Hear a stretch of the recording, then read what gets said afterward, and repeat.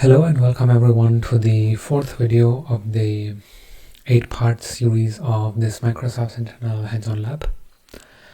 So if you have been following along with all the previous videos from this playlist or from this whole series, I am pretty sure that you already are aware of what exactly what you're doing and what the lab 4 or this fourth video is all about.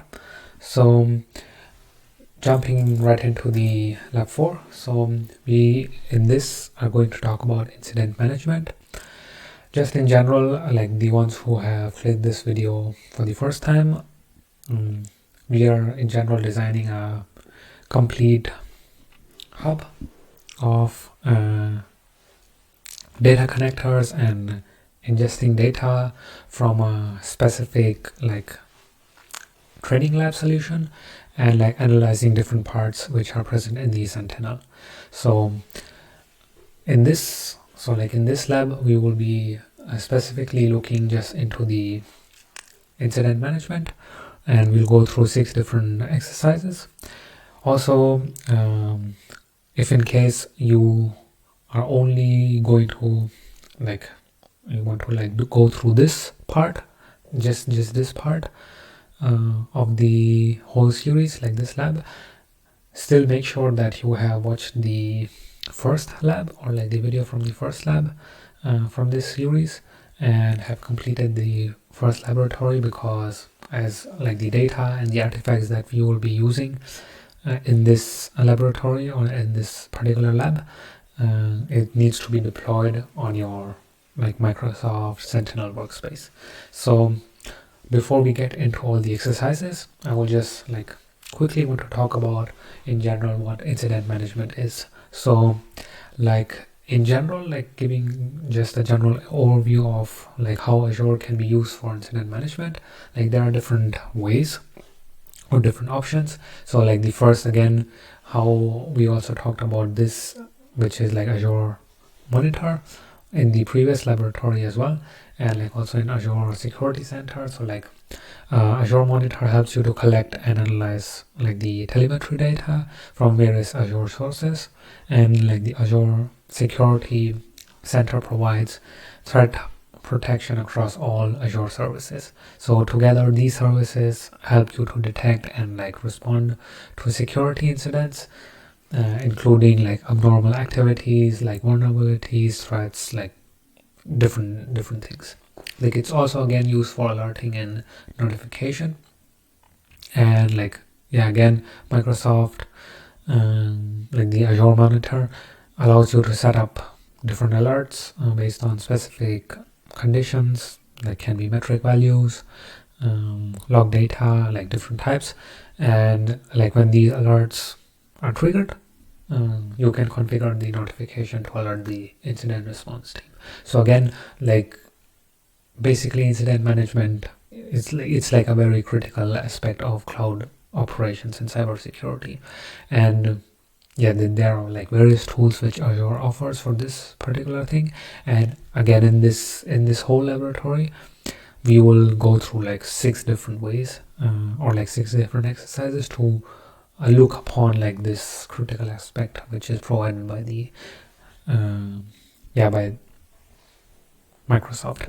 And so let's now just dive into our lab. So in the first exercise, what we'll do is like we'll review the Microsoft Sentinel incident tools and capabilities. So as a SOC analyst, the entry point to consume security incidents or like tickets in Sentinel is the incidents page. So for this, all you have to do is like you have to go back to your portal, make sure that you're in your Sentinel workspace. So and in this, on the left navigation menu, you can see in under threat management, there's incidents. Click to open the incidents page. Normally, this page will show you by default all open incidents in the last 24 hours. As I already used it before, and I had basically selected last 7 days. That's why it shows me last 7 days, but usually it will show you last 24 days. So like this.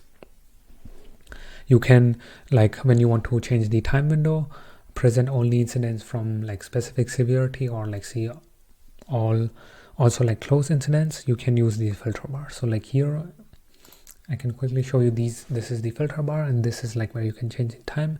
You can change the severity here, like you can change it to like if you just want to see high, if you just want to see high, medium, like depending on what you want.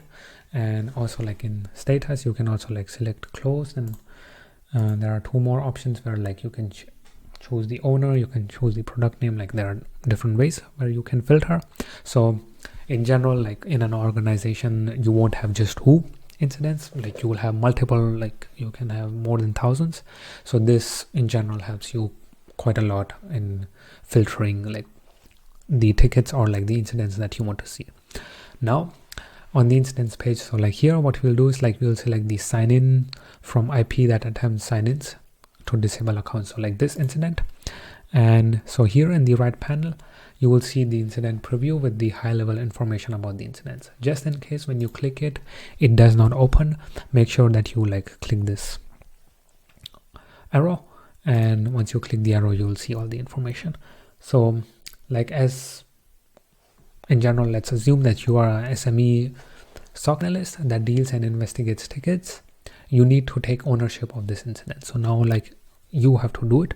So here again in this option you have to change the ownership from unassigned to assigned to me. So like here click on assign to me and click on apply, and also change the status from new to active. So like now you have to change this. Once you do this, this process is now like completed. The another way to consume incidents and also like get a high level view on the general SOC health is through the security efficiency workbook. So now this, to get this, you have like basically two options in which you can do it. One is like through the top navigation. So like here you can see there's the option which says security efficiency workbook. This is like, this will open the general view where you can see the overall statistics on the incidents. The next, or like the second option, is you can do it through like the incidents itself. So like let's say this particular incident, and here like when you open in the right panel you will see that there's an option that says incident overview, and it will open in a different tab and present the information and lifecycle for the given incident.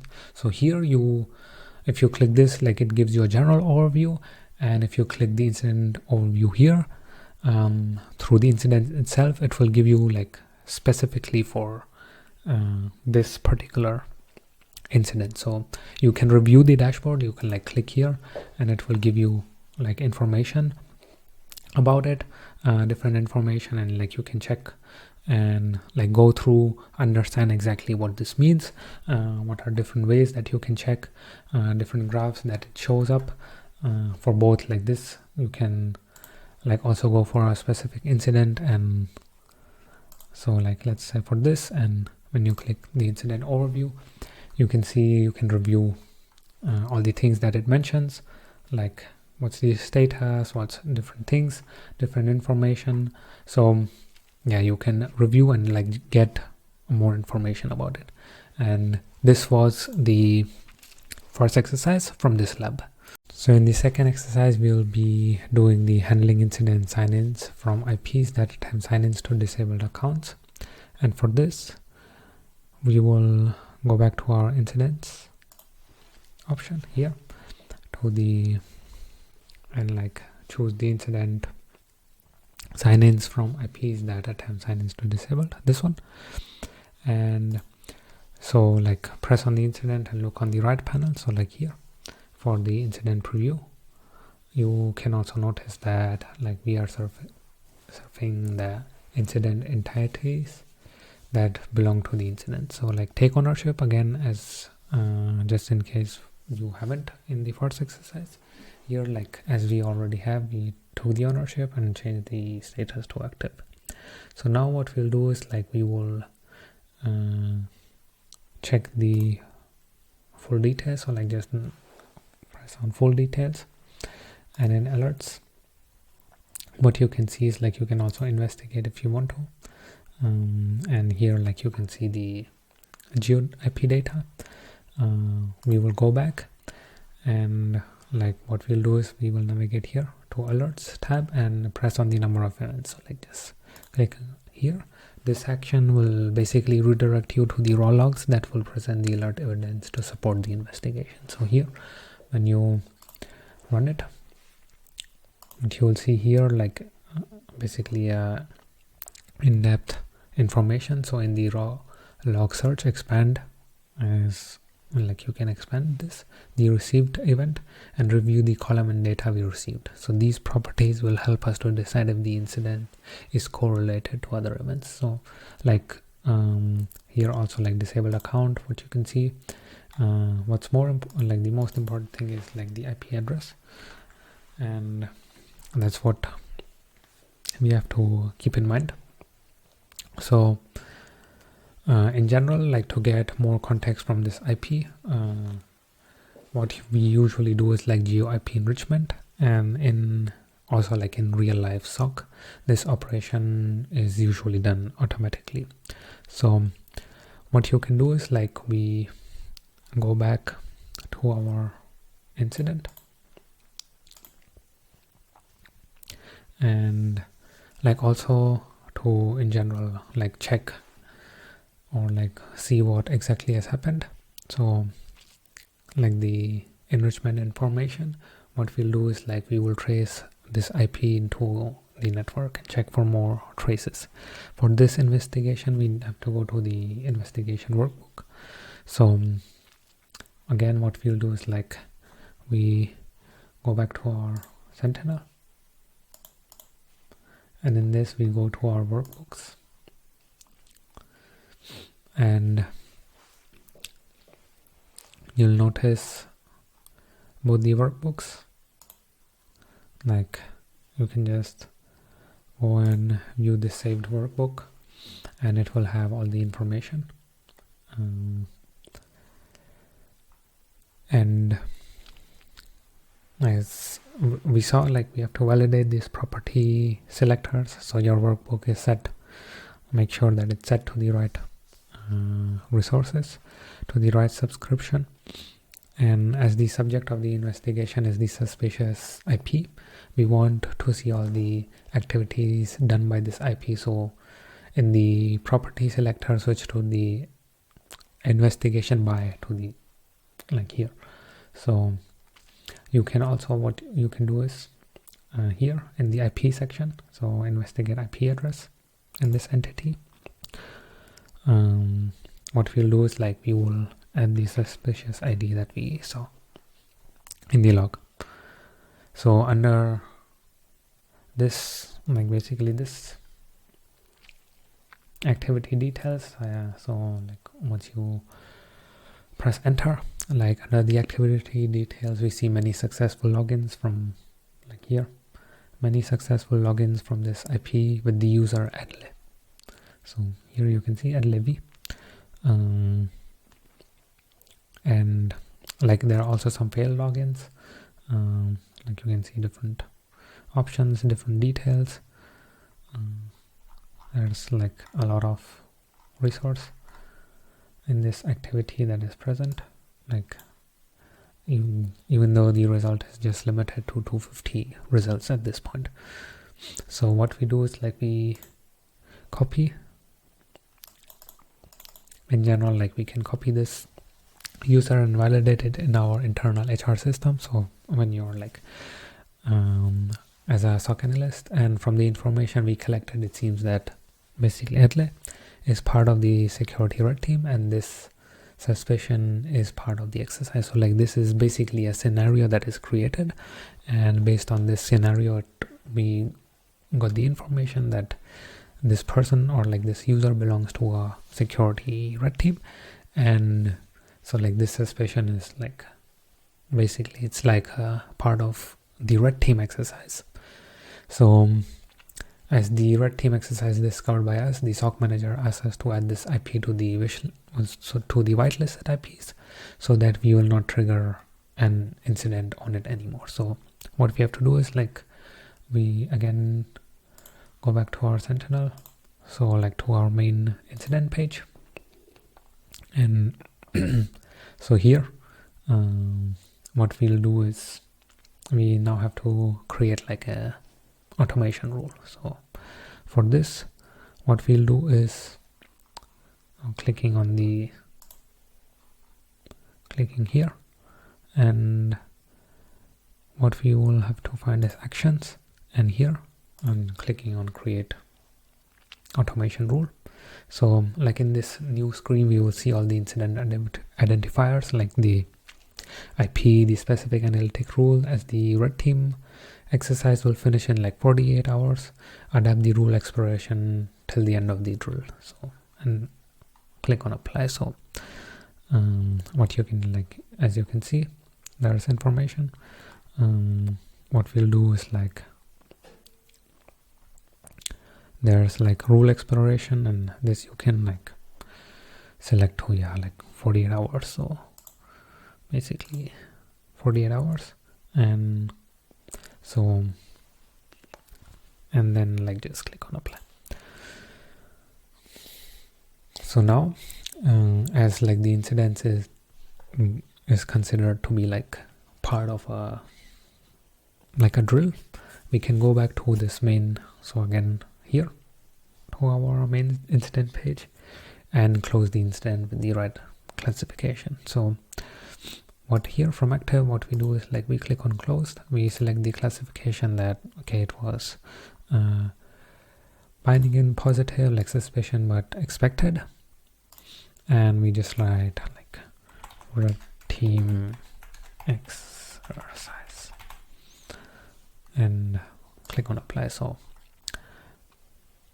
then we can like close this incident, and this was the exercise 2 of this lab. So now in the third exercise, what we'll be doing is like we will be handling the SolarGate network beacon incident. So this one, and for this again, if you are like not on the incident, then again go and navigate yourself to incidents view in the Microsoft Sentinel, and from the active list, again from here, make sure that you select the SolarGate network beacon incident.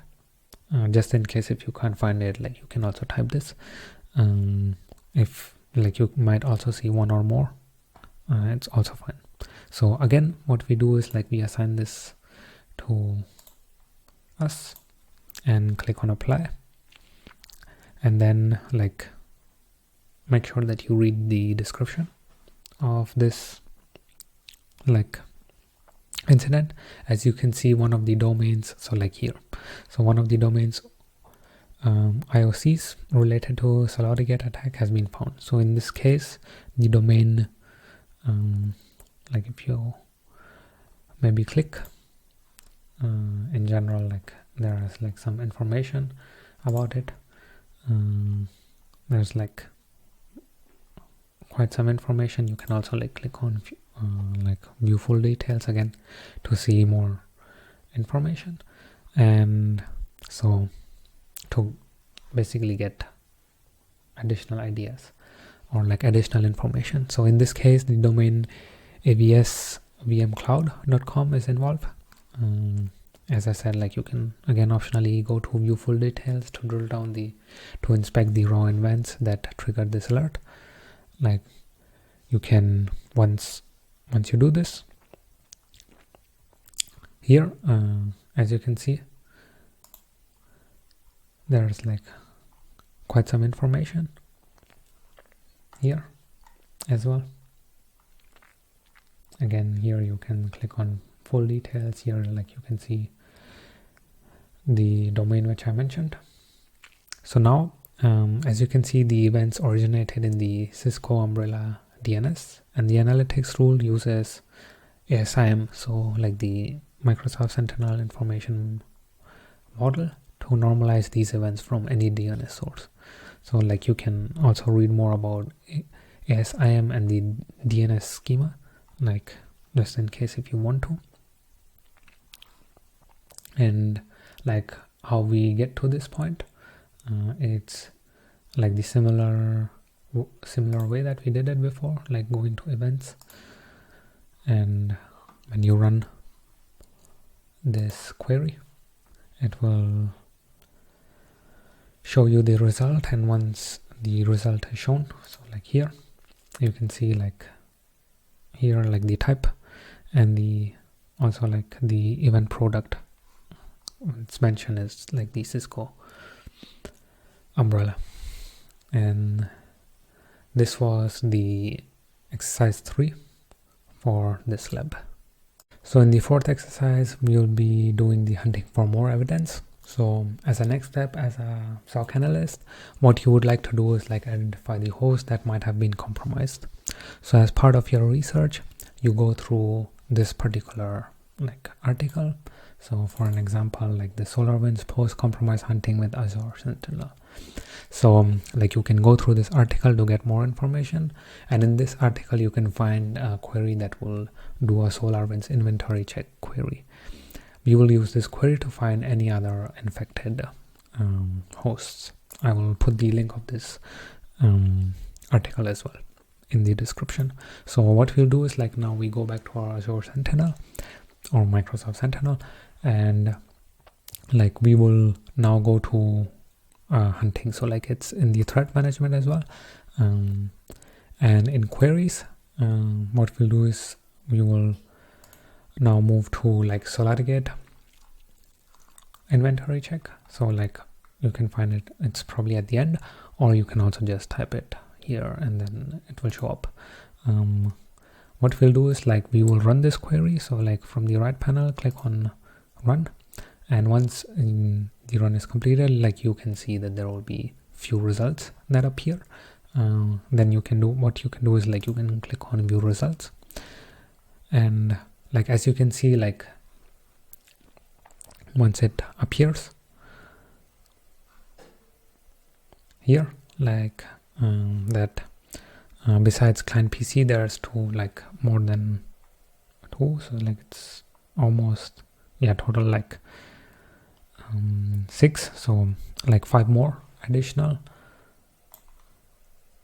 There's admin, there's client, so like there's 2 clients, and so like there's 4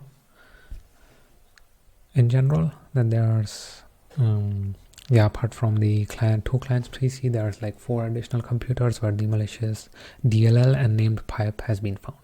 So like what you can do is like bookmark all these records. Like you can just select. There can be a possibility that you only see like 1 client, 1 admin, and 1 victim. There's also possible. So just don't be surprised if this happens. What you can do is like just go and like select 1 pair of it and add it to bookmark. So once you click on bookmark in this video, like in this window that appears, click on create to create the book. So like at the end, just click on bookmark. As you can see, like the entity mapping is already done for you. So once like everything that was added already, wait until the operation finishes. So like just may quickly check, it says it's completed, and close the log search using the X. So like you can just close this. This will land you to like, it should have landed you to the bookmarks page inside like the hunting menu. Just in case if it did not, just you can like go here and like come to the bookmarks, and where you can see all the bookmarks that you created. Like what you can do is like click on all, so like click all of them, and then click on the incident action, so here. And what you can do is like you can add to the existing incident. Just click on add to it from the list. Make sure that you pick the SolarGate incident which is assigned to you. So I think just to quickly check which one was assigned, and the one which is like you can add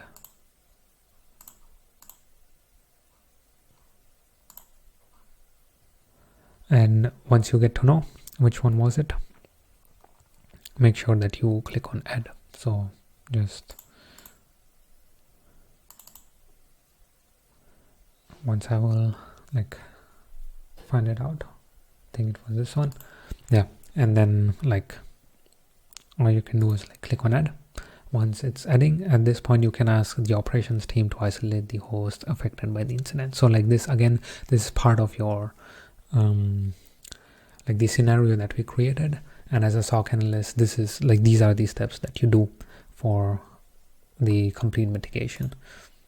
So, and this was the end of our exercise 4. So now in our 5th exercise, what we'll be doing is we will be adding the IOC to the threat intelligence. And for this, like now that we continuing our like example, we will add the IP address related to the incident to our list of IOCs, so we can capture any new occurrences of this IOCs in our logs. So what we'll do is like we go back to our incidents, and here like make sure that you select the SolarGate network, where you also bookmarked the things that we did before. So what you will also see is like here, like you will see the bookmarks that are existing, and here we go to entities, and what you'll see is like the IP, and then just copy this IP. Once you copy the IP, what we'll do is like we will go back to our Sentinel, and we will now navigate to the threat intelligence, and here what we'll do is like we will create a new indicator. So click on add new here and click on the type. So the type is like IPv4 address, and here we will paste our IP address.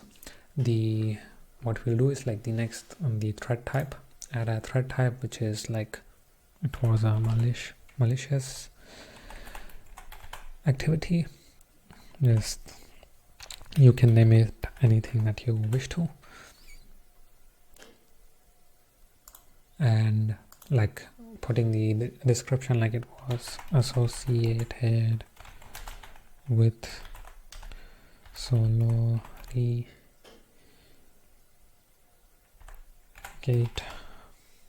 campaign, and like the name is malicious IP, which was this. So put the confidence to like around 90, and you can put a validation like from today till like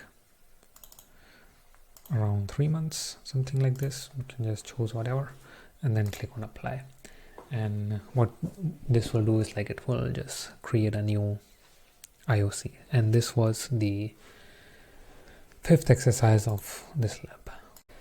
The last exercise of this lab is the handover incident, and in this what we'll do is like we will now prepare the incident for handover to the forensics teams. So for again continuing our example that we started, now what we'll do is like we go back to our Sentinel and into the incidents.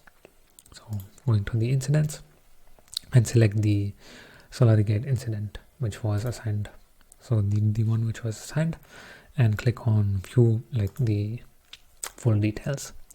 After you reach here, like just move to the comments tab and enter like information about all these steps performed. So like for example, like you can type the whole point or like of like the following steps were performed. So this is a part of like your report writing. I think especially if you're a SOC analyst or like planning to become a SOC analyst, this is like a very important part that you document, and like so that everyone can understand what happened. So now again, as this is what we'll do, like you can follow along, like you can just skip this part basically because it's just adding up information which like you necessarily don't have to do it, but again it's for best practice, and also like you can just understand what it does. So you don't have to like see me typing. Once I finish the typing, you can like watch basically what I wrote. So this was basically what you do, is like what you inform, what you put in the comments, or like that all the steps that you perform to make sure that the whole team is informed of exactly what happened.